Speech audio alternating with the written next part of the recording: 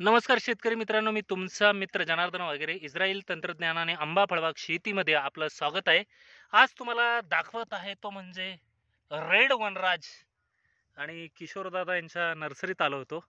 आज टोमॅटो ची रोपं बुक करण्यासाठी आणि त्यांनी मला ही नवीन व्हरायटी जी दाखवली त्यांच्या शेतात असणारी.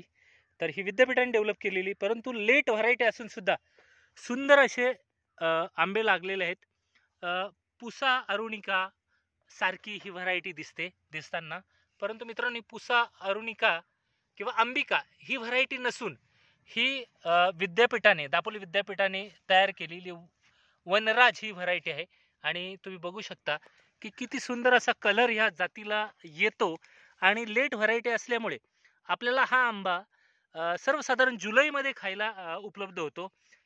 सर्व आंबे बाजारातले जेव्हा संपतात तेव्हा हा शेवटी वनराज नावाचा आंबा येतो आणि खूप असं सुंदर रंग, दिसायला आकर्षक आणि साईज पण याची 1 केजी पर्यंत जाते.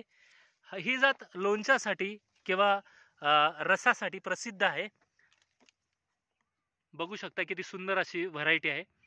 तर अशा जगभरातल्या वेगवेगळ्या व्हरायट्या, विद्यापीठाने संशोधन केलेल्या व्हरायट्या, असं कलेक्शन जगभरातून मी पण कलेक्ट केलेलं आहे. तसंच माझे अनेक मित्र आहेत, त्यांच्या शेतात असणाऱ्या अशा वेगवेगळ्या व्हरायटींचे मी नेहमी व्हिडिओ टाकतो आणि तुम्ही पण लाईक करता.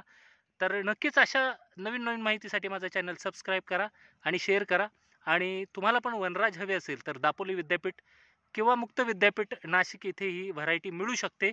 बघा किती सुंदर अशी व्हरायटी आहे.